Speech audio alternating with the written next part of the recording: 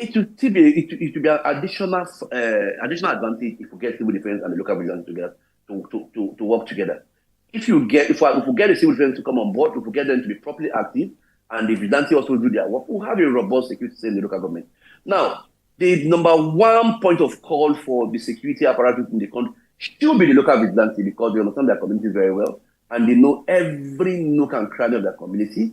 They know everybody. They know any visitor that comes into their community. That's first should be encouraged by state government and local government at all levels. Now, coming to get the issue of civil defense on board, civil defense also provide a second front for protecting the community. We can get it done. It's not a rocket science. So instead of waking up on sleep and just blaming Nigerian army, blaming Nigerian police, government at all levels, politicians who are holding public office should be first accountable to the people by doing what they ought to do. Once they do what they're supposed to do, my dear, we'll have a safer country. Let's not blame security agencies. Let's not blame the federal government first. What are we doing at our local level? What are we doing to strengthen the local security architecture of our local government?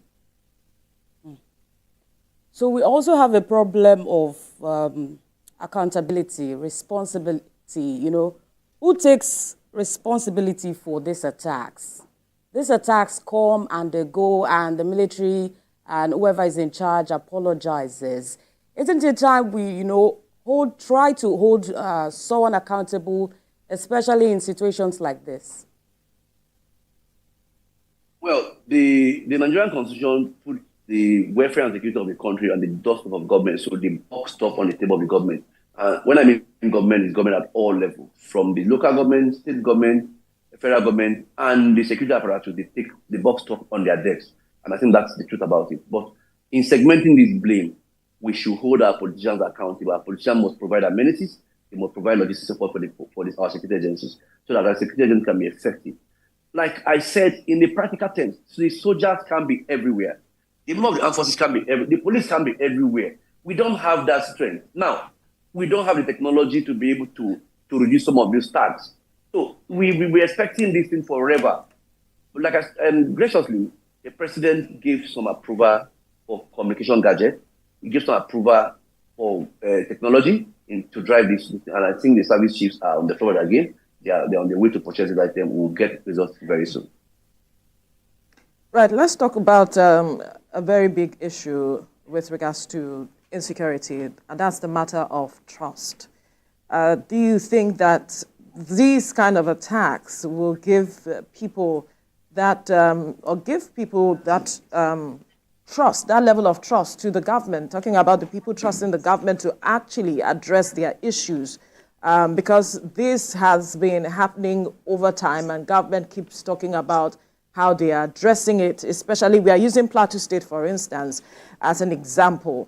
And for a state where we are not seeing government presence, how can these people trust the government to really resolve their issues? Wouldn't they be tending towards these people, the bandits, and every other person that government is trying to, curb their activities as we speak? Well, that is why you see people resorting to self-help, because people are actually giving up on the government. But I think they should be patient. The issue of Plateau, I think something is being done on the Plateau. I can say this for free, that the people in Plateau are very serious. I don't know where they came from heaven, but the governor is very deliberate about the issue of security. The commander of Operation Safe Haven, Major General A. Abakar, the commissioner of police, the director of DSS, I think they are very special people in the Plateau. They are doing so much. If they are not doing a lot, you will have been hearing casualty figure of more than 100 on a daily basis, because there are threats on the Plateau because of the neglect by the previous government in Plateau State to do what they ought to do. So I think the issue of trust is very important. The community must begin to build trust in our security agencies, because that's the only way we can go. Sometimes they wrongly blame them. If you look at the issue of Boko critically, at the end of the day, the community had to apologize to the soldiers because they got it wrong in trying to victimize the soldiers when they ought to do what they did what they shouldn't do to the soldiers. We have these people. There's no how we can achieve the result of ridding our communities of banditry, ridding of criminality without working together with security agencies. If we're afraid of them, if we don't trust them, it's not going to work. I will still go back to hammer on our politicians. They are playing lip services to the issue of insecurity.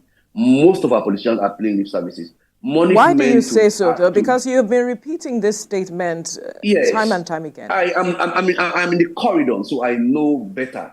Monies meant for security votes are not being used. Monies meant given to local government chairmen are diverted to their personal pocket. Now, sometimes these soldiers are frustrated. They don't even have fuel to respond to attack. They don't even have logistics to respond to attack. So these are issues that we must address. Our politicians must look at these issues squarely. The funding from federal government cannot go round. It cannot really be enough because we have a problem in Nigeria. Buhari cost us a lot of problems that we may not recover in the next 20 years. The country is in deficit. So the president can't get money to fund the entire security agencies, even though he's trying. So I think the local government, state government must complement the issue of federal government in trying to address this issue. They must be deliberate. They must bring out all the money meant for security vote so that it can be used to work. If those monies are brought out and is being used to work, I tell you, we'll have a safer communities. I am assuring you of this. Monies meant for the local government for security are not given to the security agencies. They are pocketed, they are seen as free money. How long are we going to continue when people are dying? My people are going through a lot in Nigeria. People are suffering in this country. You don't have a home. People who are already impoverished, people who are already hungry, are chased from their home on a daily basis for no fault of theirs.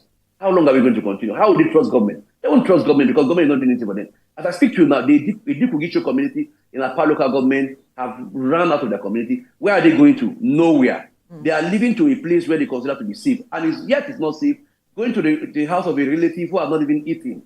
How will the person house you? What is their offense? Just because they are Nigerians. Where's the place of local government? Where is the place of local government? They will tell you they don't have fun. If you don't have fun, resign. If you don't have fun, resign. Well, that's a matter